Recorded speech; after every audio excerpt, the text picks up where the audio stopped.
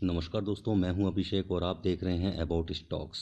We talk with stocks, क्योंकि stocks बोलते हैं। दोस्तों, आज हम बात करेंगे एक पेनी स्टॉक्स के बारे में। इस पेनी शेयर को अगर हम बेस्ट पेनी शेयर भी बोलेंगे या बेस्ट पेनी स्टॉक्स भी बोलेंगे तो बुरा नहीं होगा दोस्तों, क्योंकि दोस्तों इस पेनी स्टॉक की कीमत ही बहुत कम है। इस स्टॉक की कीमत इतनी कम क्यों है, सारी बातें करेंगे दोस्तों। स्टॉक के टेक्निकल्स पर भी बात करेंगे दोस्तों, उसमें क्या बातें अच्छी हैं, क्या बातें बुरी हैं। उसके बाद मैं अपना व्यू रखूंगा कि मैं इस स्टॉक को लेके बुलिश हूँ या बेयरिश हूँ। उसके बाद मैं आपको सबूत भी दूंगा कि अगर मैं बुलिश हूँ तो मैं क्यों बुलिश हूँ, और अगर मैं बेयरिश हूँ इस स्टॉक में तो फिर क्यों बेयरिश हूँ। तो मैं आपको एक ज़रूरी अपडेट देना चाहता हूँ दोस्तों। मेरा ये चैनल है अबाउट स्टॉक्स। मेरा कहीं है दोस्तों, आप लोगों का चैनल कहीं अबाउट स्टॉक्स वीडियो तो आप ही लोगों के लिए बन रही है दोस्तों। इस चैनल अबाउट स्टॉक को खोले हुए मुझे अभी ज़्यादा समय नहीं हुआ है, सिर्फ 1 महीने का समय हुआ है। इस 1 महीने में मैंने लगभग 17 से 18 वीडियो बना दी हैं। कई वीडियोज़ में मैंने स्टॉक को लेकर प्रिडिक्शंस भी की हैं, और आपको दोस्तों जानकर ये हैरत भी होगी और आपको खुशी भी मिलेगी कि मेरे अभी तक जितने भी प्रिडिक्शंस हुए हैं वो सभी सक्सेसफुल रहे हैं। मैंने टेक महिंद्रा के लेवल्स निकाले थे, लेवल दिए थे, उसके लेवल्स सक्सेसफुली जितने टाइम में मैंने बोला था उतने ही टाइम में दोस्तों टेक महिंद्रा ने परफॉर्म किया है, उसी तरह से उसने बिहेव किया है। वैसे ही दोस्तों मैंने एक इंटरडे का भी वीडियो निकाला था, उस वीडियो में भी दोस्तों मेरे बताए हुए सभी स्टॉक्स ने बहुत अच्छा परफॉर्म किया था। उसमें 4 स्टॉक्स मैंने बताए थे, जिन 4 स्टॉक्स में से 3 मेरे लेवल में आए थे, एक स्टॉक मेरे लेवल में नहीं आया था। जो नहीं आया था उसमें ट्रेड नहीं करना होता है दोस्तों, ये आपको पता है। लेकिन जो स्टॉक मेरे लेवल में आए थे उन 3 स्टॉक्स ने बहुत अच्छा बिहेव किया, बहुत अच्छा रिटर्न दिया। ऐसे ही दोस्तों मैंने एक दिन पहले येस बैंक में भी बता दिया था कि 17 रुपये 5 पैसे 10 पैसे के ऊपर आप इसे बेच सकते हैं। उसमें मैंने सेल की रिकमेंडेशन दी थी, और मैंने ये भी बताया था कि सुबह सुबह सबसे अच्छा मौका होगा येस बैंक को बेचने का। आप दोस्तों मेरे पक्के वीडियोस को भी देखें, उनको देखें, समझें, सीखें। और मैं ये बोलूँगा दोस्तों कि आप मेरे जो भी वीडियो देखें उसे डेट वाइज देखें, और डेट वाइज देख के उसे चार्ट से भी टैली करें कि मैंने एक दिन पहले या 2 दिन पहले कब कोई प्रिडिक्शन करी और उसके बाद उस स्टॉक ने किस तरह से परफॉर्मेंस करा। दोस्तों मैंने अपनी वीडियो में अभी तक जितने भी स्टॉक्स के नाम लिए हैं, जितने भी स्टॉक्स के बारे में प्रिडिक्शन करी है, चाहे वो स्विंग ट्रेडिंग के लिए करी हो या फिर मैंने इंट्राडे के लिए करी हो, वो सभी प्रिडिक्शंस दोस्तों, वो सभी लेवल्स दोस्तों अभी तक बिल्कुल सक्सेसफुल रहे हैं। तो दोस्तों उन वीडियोस को ज़रूर देखें। आपके देखने से, आपके लाइक से, आपके शेयर से, आपके सब्सक्राइब से मुझे हौसला मिलेगा। और अगर आप शेयर करते हैं, लाइक करते हैं, सब्सक्राइब करते हैं, या इनमें से कोई भी एक काम करते हैं या 2 काम करते हैं, सभी काम ना कर सकें, तो मैं लगातार आपके लिए ऐसी ही वीडियो बनाता रहूँगा, और आप लोगों को यूवीएसएल और बाकी शेयर्स के बारे में भी अवगत कराता रहूँगा, उसके बारे में बताता रहूँगा। कुछ एक वीडियो ऐसी हैं जो आपको अब स्टॉक में नए फीचर्स के बारे में जानकारी देती हैं। एक वीडियो दोस्तों उसमें मैंने कैंडल स्टिक्स के ऊपर बनाई हैं कि कैंडल्स कैसे बात करती हैं, कैंडल्स कैसे हमें इंडिकेट करती है, कैंडल्स कैसे हमें बताती हैं कि अब आगे क्या हो सकता है, या उस पर्टिकुलर कैंडल में अगर बायर्स हैं तो फिर वो कितनी बार एक्टिवेट हुए हैं, अगर सेलर्स हैं उस कैंडल में तो कितनी बार एक्टिवेट हुए हैं। उस वीडियो को ज़रूर देखना दोस्तों, वो वीडियो बहुत स्पेशल है। उस वीडियो को मैंने कैंडल्स को सीधे नहीं समझाया है। कैंडल्स को समझने से पहले हमने उसमें मार्केट डेप्थ को समझा है। हमने ये समझा है कि आखिर भाव ऊपर क्यों होता है और भाव नीचे क्यों होता है, शेयर का प्राइस ऊपर कैसे जाता है, शेयर का प्राइस नीचे कैसे जाता है, सेलर्स की क्या मेंटेलिटी होती है, सेलर्स का क्या विचार होता है, सेलर्स की क्या सोच होती है शेयर को बेचने के लिए, और बायर्स की क्या मेंटेलिटी होती है, बायर्स की क्या सोच होती है शेयर को खरीदने के लिए। अगर बायर बुलिश है तो वो क्या करता है, अगर सेलर बुलिश है तो वो क्या करता है। इन सब बातों के बाद हमें पता चलता है कि भाव कैसे बढ़ता है, भाव कैसे गिरता है। और उसी के बाद हमने इस कॉन्सेप्ट को समझने की कोशिश करी है कि कैंडल्स कैसे बात करती हैं। दोस्तों उस वीडियो को ज़रूर देखना, वो वीडियो आपके लिए आई ओपनिंग का काम कर सकता है, वो वीडियो आपके लिए आई ओपनिंग बन सकता है। आप अगर उस वीडियो को देख लेंगे, अगर उस कॉन्सेप्ट को समझ जाएंगे, तो फिर आपको टेक्निकल्स को समझने में फ्यूचर में कभी भी कोई दिक्कत नहीं आएगी दोस्तों। तो चलिए दोस्तों शुरू करते हैं अपनी आज की एनालिसिस को, और आज के स्टॉक का नाम है उत्तम वैल्यू स्टील्स लिमिटेड। तो दोस्तों जैसा कि आप देख सकते हैं, आप में से बहुत सारे दोस्तों ने उत्तम वैल्यू स्टील के कई सारे वीडियोस देखे होंगे। तो टेक्निकल्स में मैं सिर्फ उन पॉइंट्स के ऊपर बात करूंगा जो बहुत ख़राब हैं, या फिर जो बहुत अच्छे इस कंपनी के लिए हो सकते हैं, जो शेयर होल्डर्स के लिए अच्छे हो सकते हैं। तो जैसा कि दोस्तों आप ये देख सकते हैं, स्किनर की ये साइट है, और उत्तम वैल्यू स्टील के बारे में लिखा हुआ है कि ये हॉट रोल स्टील स्ट्रिप्स बनाती हैं, शीट्स बनाती हैं, प्लेट्स बनाती हैं। मार्केट कैपिटलाइजेशन अभी इसकी जो दिख रही है 297 करोड़ दिख रही है। करंट प्राइस इसका 45 पैसे दिख रहा है। 52 वीक का हाई और लो आप देख सकते हैं कि 85 पैसे और 5 पैसे है। बुक वैल्यू नेगेटिव में है दोस्तों, जो कि आप जानते हैं कि अभी ये कंपनी एनसीएलटी के प्रोसेस से बाहर निकलने की कोशिश कर रही है। यूएस की इन्वेस्टमेंट कंपनी कार्वल ने इसमें कुछ इन्वेस्टमेंट की बात कही है। उसके बाद इसमें कुछ ऐसी बातें हुई थी कि यूएस की जो इन्वेस्टमेंट कंपनी थी कार्वल, उसने अपनी बिड को दोबारा से रिकंसीडर करने की बात कही थी।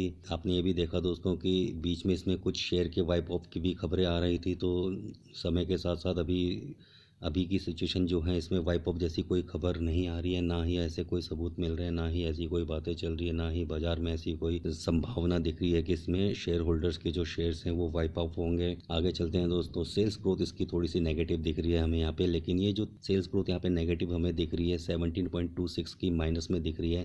ये दोस्तों ये है पिछले 3 सालों की सेल्स ग्रोथ। इस पर हम आगे चर्चा करेंगे जब हम क्वार्टरली सेल्स को देखेंगे और जब हम देखेंगे इसकी year to year sales growth को। फेस वैल्यू आप देख सकते हैं दोस्तों कि 1 रुपये की फेस वैल्यू है। फटाफट आ जाते हैं दोस्तों अपने क्वार्टरली रिजल्ट्स में। क्वार्टरली रिजल्ट्स में जैसा कि दोस्तों आप देख सकते हैं कि जून 2019 में 479 करोड़ रुपीस की इसकी सेल्स हुई थी। उसके बाद ये सेल्स थोड़ी सी घटी थी, 413 करोड़ रुपए हुई थी। उसके बाद दिसंबर 2019 में इसकी सेल्स ग्रोथ बढ़ी थी। देखिए दोस्तों 413 से 534 करोड़ रुपए हुई। और अभी मार्च के क्वार्टर में दोस्तों आप देख सकते हैं कि मार्च के क्वार्टर में इसकी जो सेल्स ग्रोथ हुई थी 534 से भी बढ़कर 563 करोड़ रुपए हो गई। मैं इसे एक टिक देना चाहूँगा, मैं इसे एक कंपनी के लिए अच्छा संकेत मानना चाहूँगा कि इसकी सेल्स में हमें कम से कम बढ़ोतरी देखने को मिल रही है। इसकी सेल्स लगातार बढ़ती जा रही है। और अगर एक्सपेंसेस की बात करें दोस्तों, तो एक्सपेंसेस भी इसके थोड़े से बड़े हैं। जून 2019 में 493 करोड़ रुपए थे। उसके बाद सितंबर 2019 में इसके जो एक्सपेंसेस थे वो 453 करोड़ रुपए थे। दिसंबर 2019 में इसके एक्सपेंसेस अचानक से कुछ बढ़ गए थे। इसके पीछे का कारण दोस्तों अभी तक मुझे पता नहीं चला है। अगर आप में से किसी को पता हो तो प्लीज़ मुझे बताएं, कमेंट बॉक्स में कमेंट करके बताएं दोस्तों कि दिसंबर 2019 में अचानक से इसके ये जो सेल्स एक्सपेंसेस थे इतने ज़्यादा कैसे बढ़ गए। दिसंबर 2019 में जो इसके सेल्स एक्सपेंसेस हमें दिख रहे हैं वो है 646 करोड़ रुपए। और मार्च 2020 में दोस्तों थोड़ा सा इसमें जो सेल्स एक्सपेंसेस है उसमें थोड़ी सी लगाम लगती हुई दिख रही है। ऐसा लग रहा है कि ये सेल्स एक्सपेंसेस थोड़े से थम से गए हैं। जबकि जिस हिसाब से इसके सेल्स एक्सपेंसेस बढ़े थे सितंबर 2019 के मुकाबले दिसंबर 2019 में, तो मार्च 2020 में भी हम ऐसा एक्सपेक्ट कर रहे थे कि इसमें भी कुछ ना कुछ बढ़ोतरी जरूर देखने को मिलेगी। पहले लगभग ये 200 करोड़ रुपए के एक्सपेंसेस बढ़े थे, तो अभी हम ऐसा एक्सपेक्ट कर रहे थे कि मिनिमम 50 to 100 करोड़ रुपीस के सेल्स एक्सपेंसेस जरूर बढ़ेंगे, यानी कि 700 से 750 रुपये के आसपास के सेल्स एक्सपेंसेस जरूर होंगे। लेकिन अभी यहाँ पे हमें थोड़ा सा कम देखने को मिल रहा है सेल्स एक्सपेंसेस। सेल्स एक्सपेंसेस जो हमें दिख रहे हैं वो 639 करोड़ रुपए के दिख रहे हैं, जो कि 646 करोड़ रुपए दिसंबर 2019 के मुकाबले थोड़े से कम हैं। ऑपरेटिंग प्रॉफिट की बात करें दोस्तों, तो ऑपरेटिंग प्रॉफिट दिसंबर में बहुत कम हो गया था, -112 करोड़ रुपए हो गया था। वो भी थोड़ा सा यहाँ पे हमें कम होता हुआ दिख रहा है, -72% होता हुआ दिख रहा है। इसे ही मैं फिलहाल अभी तक तो नेगेटिव ही मानूंगा कि ये अच्छी बात नहीं है। ये कम से कम पॉजिटिव या पॉजिटिव के आसपास तो होना ही चाहिए। अदर इनकम की बात अगर करें दोस्तों, तो अदर इनकम में आपने देखा कि जैसे ये फ्लक्चुएशन आप देख सकते हैं कि जून 2019 में 11 करोड़ रुपए की थी। उसके सितंबर 2019 में -41 करोड़ रुपए की हो गई। दिसंबर 2019 में फिर से 11 करोड़ की हो गई। लेकिन इस फ्लक्चुएशन में दोस्तों अभी जो मार्च 20 का क्वार्टर गया है, मार्च 2020 का क्वार्टर गया है, उसमें जो इन्होंने रिपोर्ट किया है अदर इनकम में, उसमें इन्होंने उस फ्लक्चुएशन को थोड़ा सा कम करते हुए दिखाया है और एक कंसिस्टेंसी दिखाई है कि पहले भी पॉजिटिव में थे और इस क्वार्टर में भी मार्च 2020 में भी ये पॉजिटिव में है। पिछली बार ये 11 करोड़ रुपए का प्रॉफिट इन्होंने दिखाया था अदर इनकम में और इस बार इन्होंने 15 करोड़ रुपए का अदर इनकम में दिखाया है मार्च 2020 में। इंटरेस्ट की बात करें दोस्तों, तो इंटरेस्ट इनका सेम ही रहा है। डेप्रिसिएशन की बात करें तो डेप्रिसिएशन 29 करोड़ रुपए इनकी पिछले 3 क्वार्टर से थी। इस क्वार्टर में इन्होंने 28% डेप्रिसिएशन अपना शो किया है, जो कि थोड़ा सा स्लाइटली थोड़ा सा कम है। प्रॉफिट बिफोर टैक्स की अगर हम बात करें तो प्रॉफिट बिफोर टैक्स भी इसका पिछले 2 क्वार्टरों में बहुत तेजी से बढ़ रहा था। सितंबर 2019 में 112 करोड़ नेगेटिव था, दिसंबर 2019 में भी 131 करोड़ नेगेटिव था। उसके मुकाबले अगर हम मार्च 2020 की बात करें तो फिर -89 करोड़ रुपीज़ है। ये भी थोड़ा सा हमें सुधार देखने को मिल रहा है, लेकिन मैं इस पर अभी भी बुलिश व्यू नहीं रखता हूं दोस्तों। नेट प्रॉफिट की बात करें तो नेट प्रॉफिट भी आप देख सकते हैं कि सितंबर 2019 में 111 करोड़ था, दिसंबर 2019 में 134 करोड़ रुपए माइनस में था, सितंबर 2019 में माइनस 111 करोड़ था, दिसंबर 2019 में माइनस 134 करोड़ था और अभी के क्वार्टर में यानी कि मार्च 2020 के क्वार्टर में माइनस 92 करोड़ है। ये भी थोड़ा सा स्लाइटली कम हुआ है, हालांकि पिछले क्वार्टर में थोड़ा सा इनका जो नेट प्रॉफिट था वो ज़्यादा लॉस हुआ था, उसमें और गिरावट आई थी, उसमें और मंदी आई थी और अभी थोड़ा सा ये कम होता हुआ दिख रहा है, स्लाइटली कम होता हुआ दिख रहा है। दोस्तों जब तक नेट प्रॉफिट प्लस में नहीं आता तब तक मैं इसमें बहुत ज़्यादा बुलिश नहीं हो सकता हूँ। वो हो सकता है कि आगे के कुछ आंकड़ों को, कुछ डाटा को देखकर मैं इसमें अपना बुलिश व्यू बना पाऊँ। अभी तक मैं इस स्टॉक में बेरिश व्यू रखता हूँ। दोस्तों प्रॉफिट एंड लॉस की अगर हम बात करें ईयर ऑन ईयर बेस के ऊपर, तो सेल्स इसमें थोड़ी सी हमें कम होती हुई दिख रही है। पहले मार्च 2018 में जो 2636 करोड़ हुआ करती थी, मार्च 2019 में 2467 करोड़ रुपए हुई और अभी मार्च 2020 में 1989 करोड़ रुपीस इसकी सेल्स हुई है। सेल्स में हमें लगातार गिरावट देखने को मिल रही है। एक्सपेंसेस की बात अगर हम करें तो एक्सपेंसेस में इसमें जरूर थोड़ी सी कमी आई है। मार्च 2017 में इसके 3663 रुपए के एक्सपेंसेस थे, मार्च 2018 में लगभग 2800 करोड़ रुपए के एक्सपेंसेस थे। यहाँ पे थोड़े से एक्सपेंसेस कम होते हुए दिखे थे। मार्च 2019 में भी एक्सपेंसेस थोड़े से कम होते हुए दिखे थे। मार्च 2019 में 2484 करोड़ रुपए हमें एक्सपेंसेस दिख रहे हैं और अभी के क्वार्टर में यानी कि अभी के ईयर के एंड में हमें जो इसके एक्सपेंसेस दिख रहे हैं वो है 2231 करोड़ रुपए, जो कि कंसिस्टेंटली हमें कम होते हुए दिख रहे हैं। ये एक अच्छी बात हो सकती है क्योंकि ये एक तो कम हो रहे हैं और दूसरा इसमें जो बड़ी बात है वो ये है कि ये कंसिस्टेंटली मतलब कि लगातार हर साल कम होते हुए दिख रहे हैं। एक्सपेंसेस कम हो रहे हैं, ये अच्छी बात है। सेल्स कम हो रही है, ये थोड़ी सी बुरी बात है। ऑपरेटिंग प्रॉफिट की बात करें दोस्तों तो ये ऑपरेटिंग प्रॉफिट बहुत ही बुरा मेरे को यहाँ पे दिख रहा है। ऑपरेटिंग प्रॉफिट बहुत जरूरी होता है किसी भी कंपनी के लिए। यहाँ पे अगर हम बात करें तो मार्च 2017 में इसका ऑपरेटिंग प्रॉफिट माइनस 152 करोड़ रुपए था, मार्च 2018 में इसका ऑपरेटिंग प्रॉफिट माइनस 163 करोड़ रुपए हुआ। उसके बाद थोड़ी सी उम्मीद जगी थी मार्च 2019 में जब इसने ऑपरेटिंग प्रॉफिट अपना माइनस 16 करोड़ रुपीस दिखाया था। ऐसा लग रहा था कि शायद ये मार्च 2020 में अपना ऑपरेटिंग प्रॉफिट दिखाएगा, लेकिन दोस्तों यहाँ पे थोड़ा सा उल्टा होता हुआ दिख रहा है। यहाँ पे थोड़ा सा और नेगेटिविटी बनती हुई दिख रही है ऑपरेटिंग प्रॉफिट में। ऑपरेटिंग प्रॉफिट मार्च 2020 में माइनस 242 करोड़ रुपए हमें दिख रहा है। ये बहुत ही नेगेटिव बात जा रही है कंपनी के फेवर में। आगे देखते हैं दोस्तों, आगे हमें और क्या क्या चीजें देख पाते हैं, समझ पाते हैं। प्रॉफिट बिफोर टैक्स दोस्तों, मार्च 2017 में इसका profit before tax minus 510 crore रुपए था। उसके बाद मार्च 2018 में इसका जो प्रॉफिट बिफोर टैक्स रहा वो माइनस 466 करोड़ हुआ, थोड़ा सा कम हुआ, 100 करोड़ रुपए के आसपास, 90 करोड़ रुपए के आसपास। उसके बाद मार्च 2019 में इसका जो प्रॉफिट बिफोर टैक्स था वो 628 करोड़ रुपए हुआ, जो कि बढ़ गया। और अभी जो हम देख सकते हैं, अभी इसका जो मार्च 2020 में प्रॉफिट बिफोर टैक्स है वो लगभग आधा के आसपास हो गया है। आधा तो नहीं बोलूँगा मैं, लेकिन 40% कम हो गया, 364 करोड़ रुपए माइनस में दिखा रहा है। नेट प्रॉफिट की अगर हम बात करें तो नेट प्रॉफिट में भी सेम कहानी है जो प्रॉफिट बिफोर टैक्स में है। ज़्यादातर दोस्तों आपको मैं एक चीज़ यहाँ पे बताता हूँ, एक टिप्स यहाँ पे बताता हूँ, एक नोट यहाँ पे देना चाहूँगा। प्रॉफिट बिफोर टैक्स जिस तरह से किसी कंपनी का जा रहा होता है उसी रेशियो में लगभग 90% कंपनीज में नेट प्रॉफिट भी उसी रेशियो में बढ़ता या घटता है। इसमें बहुत कम चेंजेस हमें देखने को मिलते हैं। जैसे हमने पहले देखा कि प्रॉफिट बिफोर टैक्स 510 से 466 करोड़ रुपए हुआ था, वैसे ही अभी नेट प्रॉफिट भी 511 से 467 करोड़ रुपए के आसपास हुआ है। उसके बाद आप देख सकते हैं कि ये 600 पे जंप किया था तो नेट प्रॉफिट भी 630 करोड़ रुपए पे जंप कर गया माइनस में। उसके बाद हम देख सकते हैं प्रॉफिट बिफोर टैक्स में कि ये लगभग आधे के आसपास हो गया था, 40% के आसपास हो गया था।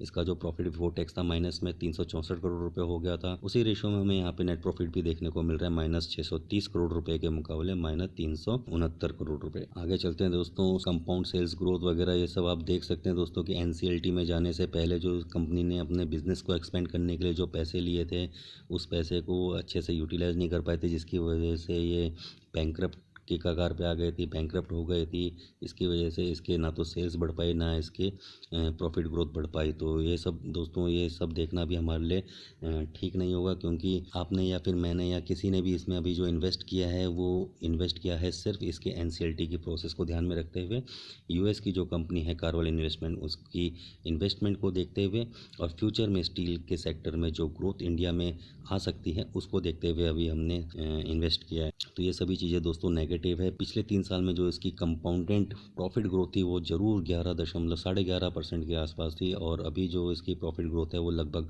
माइनस 142% के आसपास दिखा रहा है। ये लॉकडाउन की वजह से भी हो सकता है दोस्तों, इस पर मैं ज़्यादा बोलूँगा नहीं। मैं ये भी नहीं बोलूँगा कि आप मेरी इस बात को माने कि ये लॉकडाउन की वजह से है कि नहीं, ये मेरा अपना पर्सनल विचार है, अभी मुँह से निकल गया तो मैंने बोल दिया। स्टॉक के CAGR की बात करें दोस्तों तो यहाँ पे आपको चौंकाने वाले आंकड़े निकल कर आएंगे। ये देखिए दोस्तों, एक साल में 800% का CAGR, क्या बोलेंगे दोस्तों से आप? अगर आपने इससे ज़्यादा किसी भी कंपनी का CAGR देखा है तो दोस्तों प्लीज़ कमेंट करके मुझे बताएं कि 800% के CAGR से ज़्यादा किस कंपनी का CAGR हो सकता है। अनबिलीवेबल। 4 महीने पहले जो कंपनी 10, 15, 20 पैसे पे जो ट्रेड कर रही थी, उसके बाद जो अचानक से 80 पैसे पे गई है, उसके नतीजे की वजह से, उस प्राइस मूवमेंट की वजह से और NCLT की जो न्यूज़ आई थी जिसकी वजह से इसमें एक बाउंस देखने को मिला था, अपर सर्किट पे अपर सर्किट लगते जा रहे थे, उस कारण से हमें यहाँ पे ये 800% का CAGR दिख रहा है। इस 800% के CAGR पे मैं अभी भरोसा नहीं कर सकता दोस्तों, क्योंकि इस कंपनी को बहुत लंबा रास्ता तय करना है और ऐसा नहीं हो सकता दोस्तों कि ये 800% का CAGR इसने अभी दिखाया तो ये आगे भी 800% के CAGR को मेंटेन कर पाएगी। 800% के CAGR को मेंटेन करना दोस्तों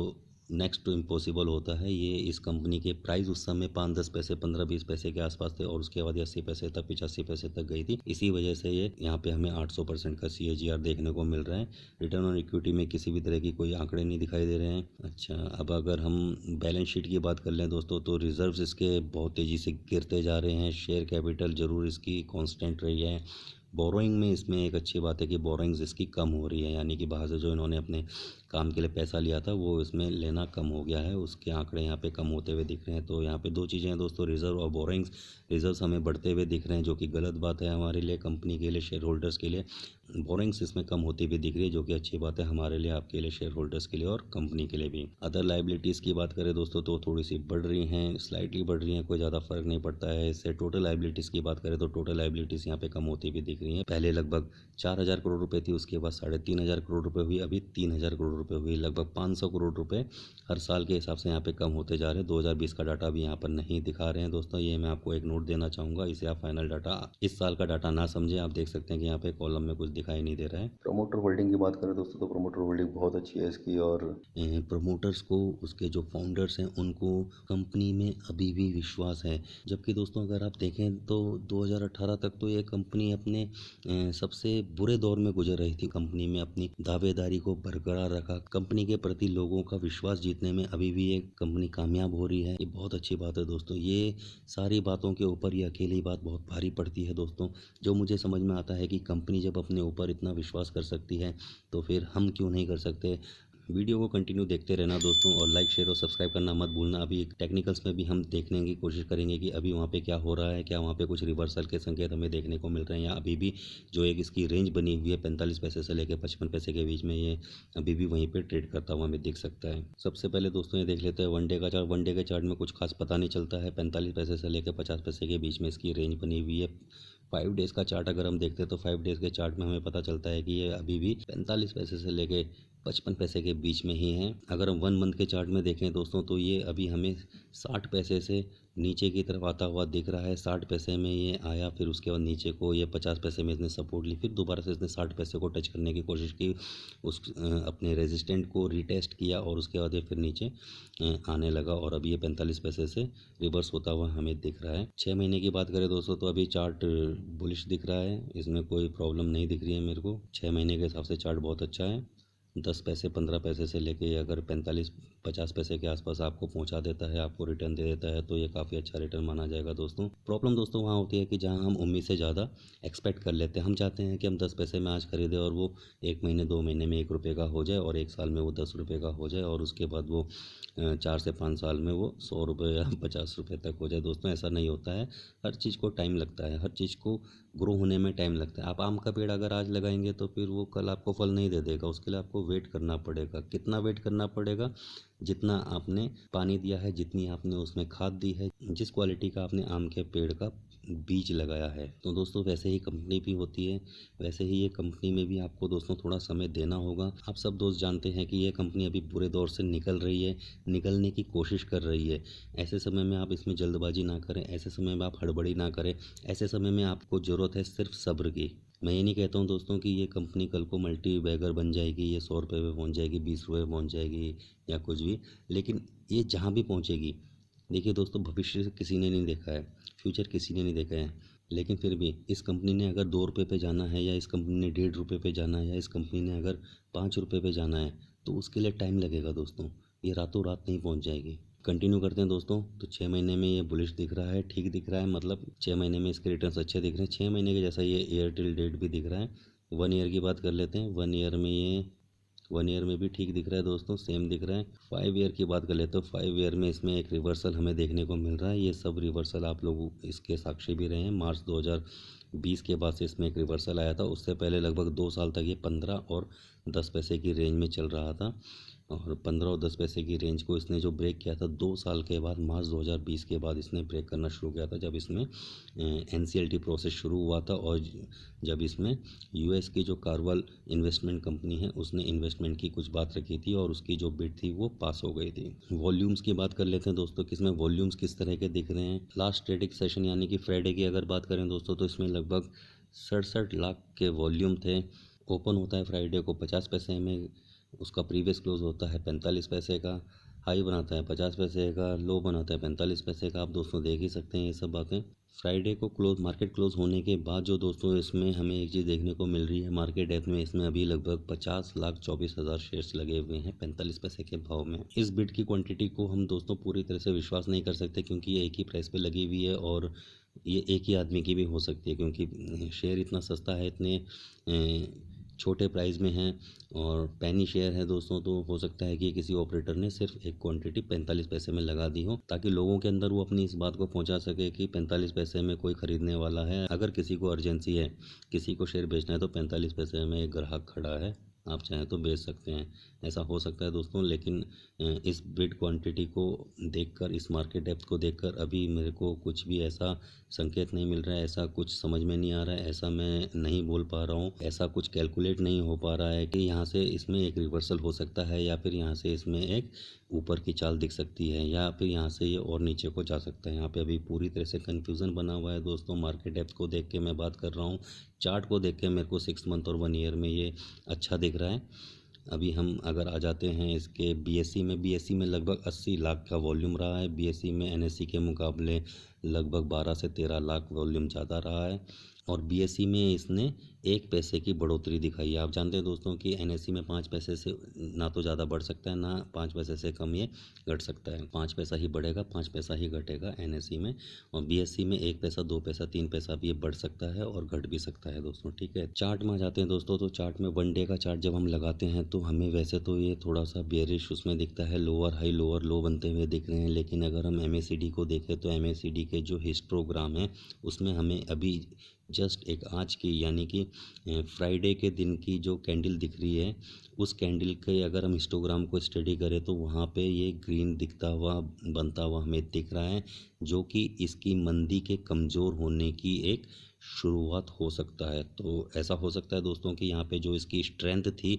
मंदी की जो इसकी स्ट्रेंथ थी वो यहाँ पे कमज़ोर होती हुई हमें दिख रही है, और ऐसा हो सकता है कि यहाँ से ये थोड़ा सा एक रिट्रेस यानी कि नीचे से ऊपर की तरफ को रिट्रेस करे। हो सकता है कि ये 55 पैसे तक जाए, और फिर उसके बाद ये डिसाइड करेगा कि इसे नीचे आना है या फिर ऊपर जाना है। सबसे अच्छी बात यह है दोस्तों कि MACD का जो मौजूदा समय में इसमें हिस्टोग्राम हमें दिख रहा है, उसमें हमें मंदी में थोड़ी सी कमजोरी आती हुई दिख रही है। MACD के हिस्टोग्राम में रेड बार के बाद अब यहाँ पे आज के दिन की ट्रेडिंग के बाद इसमें ग्रीन बार हमें बनता हुआ दिख रहा है, जो कि इसकी मंदी के कम होने की या मंदी के कमज़ोर होने के संकेत है, और यहाँ से हम एक तेज़ी की एक्सपेक्टेशन कर सकते हैं। तीसरी अच्छी बात दोस्तों, अगर आप वॉल्यूम को देखेंगे तो वॉल्यूम में दोस्तों आपको BSE के चार्ट में दोस्तों थोड़ी सी आपको बढ़ोतरी देखने को मिलेगी। पिछले 3 दिन से वॉल्यूम बढ़ रहे थे, लेकिन वो रेड में बढ़ रहे थे, रेड कलर में बढ़ रहे थे, यानी कि बेचने वाले ज़्यादा हो रहे थे, खरीदने वाले कम हो रहे थे। अभी के आज के वॉल्यूम को अगर हम देखें, यानी कि फ्राइडे के वॉल्यूम को देखें, जो कि इसका लास्ट ट्रेडिंग सेशन था, लास्ट ट्रेडिंग डे था, उस दिन की अगर हम बात करें तो यहाँ पे हमें वॉल्यूम पिछले 3 दिनों के मुकाबले भी बढ़ते हुए दिख रहे हैं, और वो रेड कैंडल की जगह ग्रीन कैंडल भी बनती हुई हमें दिख रही है। और अगर हम कैंडल को स्टडी करें तो कैंडल ने अपने ओपन के बाद थोड़ा सा नीचे जाके ऊपर की तरफ को गई है। ये एक बुलिश हैमर जैसी हमें कैंडल दिख रही है, तो ये भी हमारे लिए चार्ट में फ़िलहाल के लिए एक अच्छा संकेत हम मान सकते हैं। तो दोस्तों ये था इसका टेक्निकल, ये थी इसकी फंडामेंटल एनालिसिस। अब मैं आपको बताता हूँ कि मैं इस कंपनी में किस तरह का व्यू रखता हूँ। दोस्तों मैं सोचता हूँ कि ये कंपनी अभी जिस पैसे पे जिस प्राइस पे हमें मिल रही है वो वैल्यू फॉर मनी है। जी हाँ दोस्तों, ये मेरे को वैल्यू फॉर मनी लग रही है। मैंने आपको ये भी बोला था कि इस चीज़ का मैं आपको सबूत भी दिखाऊंगा, तो दोस्तों ये रहा इसका सबूत। आप देख सकते हैं कि ये मैंने इसमें ये इन्वेस्टमेंट थोड़ी सी कर रखी है। 35,500 शेयर मैंने इसमें उठा रखे हैं। मेरी जो इन्वेस्टमेंट लगी है वो 13,490 रुपये के आसपास लगी है। टोटल क्वांटिटी आप फिर से देख सकते हैं 35,500 के आसपास है। करंट वैल्यू इसकी 15,975 रुपये है। एवरेज बाइंग जो मेरी है वो 38 पैसे के आसपास हुई है और जो भी प्रॉफिट एंड लॉस है वो अभी लगभग 2,500 रुपये के आसपास है। तो दोस्तों ये था वो सबूत जिसकी वजह से मैं आपको बता रहा था कि मैं इसमें एक अच्छा व्यू रखता हूँ, इसमें एक बुलिश व्यू रखता हूँ। और ये मेरी शेयर होल्डिंग भी आपने देख ली है कि मैंने इसमें कितने शेयर उठा रखे हैं। और अगर आप मेरे से पूछेंगे तो मैं इसे कम से कम 6 से 8 महीने तो ज़रूर रखूँगा। और अगर इसके रेजिस्टेंट की बात करें दोस्तों, तो इसके जो रेजिस्टेंट अभी हैं वो फ़िलहाल के जो रेजिस्टेंट है वो आप सभी को पता है 65 पैसे के आसपास है एक रेजिस्टेंट। फिर उसके बाद 80-85 पैसे का जो इसने हाल फिलहाल में एक हाई लगाया था वो इसका रेजिस्टेंट है। मैं इसके आपको आगे के रेजिस्टेंट बताने की कोशिश करता हूँ कि दोस्तों अगर ये यहाँ से निकल कर 65 पैसे को क्रॉस करता है या फिर 85 पैसे के आसपास आता है तो फिर ये 85 पे नहीं रुकेगा दोस्तों, ये सीधे रुकेगा 1 रुपये 5 पैसे के ऊपर। और उसके बाद अगर ये वहाँ से आगे निकलता है दोस्तों तो फिर ये 1 रुपये 40 पैसे के ऊपर ये निकलता है। और मुझे लगता है दोस्तों कि 1 रुपये 5 पैसे या 1 रुपये 40 पैसे तक पहुँचने में इसे यहाँ से लगभग 3 से 4 महीने लगेंगे। 1 महीने की बात करें दोस्तों तो 1 महीने का टारगेट मैं इसमें सही टारगेट नहीं बता पाऊँगा दोस्तों, वो सही टारगेट बताना बेईमानी होगी क्योंकि सही टारगेट इसमें नहीं निकल सकते हैं क्योंकि अभी इसमें जो प्रोसेस है वो अभी अनकम्प्लीट है, अभी वो प्रोसेस में ही है सारी चीज़ें जो एनसीएलटी की इसकी डील हुई है। तो अभी जो है ये अभी 65 पैसे के आसपास ही चलता रहेगा, 65 पैसे से नीचे चलता रहेगा। 65 पैसे से लेकर 45 पैसे के बीच की इसकी अभी रेंज है 1 महीने के अंदर। और 3 से 4 महीने के अंदर मुझे लगता है कि ये 1 रुपये 5 पैसे 85 पैसे से ऊपर दोस्तों, शब्दों पे गौर करना दोस्तों कि मैंने यहाँ पे 85 पैसे का रेजिस्टेंट को रेजिस्टेंट नहीं माना है। मैं यहाँ पे रेजिस्टेंट मान रहा हूँ 65 पैसे के बाद सीधे 1 रुपये 5 पैसे को। 1 रुपये 5 पैसे का मैं ये मान के चल रहा हूँ दोस्तों कि यहाँ पे 3 महीने से 4 महीने में इस कंपनी को पहुँचना चाहिए। अगर वीडियो को अभी तक लाइक नहीं किया है तो दोस्तों लाइक कर दें। अगर चैनल को अभी तक सब्सक्राइब नहीं किया है तो चैनल को सब्सक्राइब भी कर दें। मेरे चैनल में जाके आप और वीडियो को भी देख सकते हैं। और 1 साल के टारगेट की अगर मैं बात करूँ तो लगभग 1 रुपये 40 पैसे से लेके मैं इसका प्राइस मान के चल रहा हूँ लगभग 2 रुपये 20 पैसे के आसपास तक। हालांकि बीच में कुछ एक रेजिस्टेंट और हैं और 1 रुपये 40 पैसे तक अगर ये आ जाता है तो उसके बाद मैं आपसे और बात करूंगा और डिटेल में आपको बताऊंगा कि इसके और रेजिस्टेंट 1 रुपये 40 पैसे के बाद और किस किस लेवल पे किस किस प्राइस पे हो सकते हैं। तो दोस्तों ये थी मेरी एनालिसिस। इस एनालिसिस में हमने फंडामेंटल्स की बात की, उसमें जो अच्छी बातें थी वो मैंने आपको बताई कि ये बातें मेरे को अच्छी लगी हैं। जो उसमें बुरी बातें थी वो मैंने आपको बताया कि मेरे को ये बातें इसकी अच्छी नहीं लगी हैं फंडामेंटल्स में। उसके बाद टेक्निकल्स की बात की, टेक्निकल्स में आपको मैंने अपना प्योर व्यू बताया, अपना ऑनेस्ट व्यू बताया और उसके बाद फिर मैंने आपको अपना बुलिश व्यू होने के पीछे का कारण भी बताया और आपको अपना पोर्टफोलियो भी दिखाया कि मैंने उसमें कितने शेयर ले रखे हैं, किस प्राइस में ले रखे हैं, उसमें क्या मेरा अभी लॉस चल रहा है, मेरा क्या प्रॉफिट चल रहा है, मैंने सारी चीज़ें आपको बताई। तो दोस्तों ये थी मेरी तरफ से यूवीएसएल के लिए मेरी एनालिसिस। आपको अगर अच्छी लगी है मेरी एनालिसिस या आपको ये वीडियो अच्छा लगा है तो प्लीज़ लाइक करें, शेयर करें, सब्सक्राइब करें ताकि मैं आगे भी आपके लिए समय समय पर यूवीएसएल को लेकर या किसी और शेयर को लेकर, किसी और स्टॉक को लेकर अपनी ऐसी ही ऑनेस्ट फंडामेंटल और टेक्निकल एनालिसिस आप लोगों के सामने रख सकूं, आप लोगों को बता सकूं और आप लोगों तक अपनी बात को पहुंचा सकूं। वीडियो देखने के लिए आप सभी दोस्तों का धन्यवाद।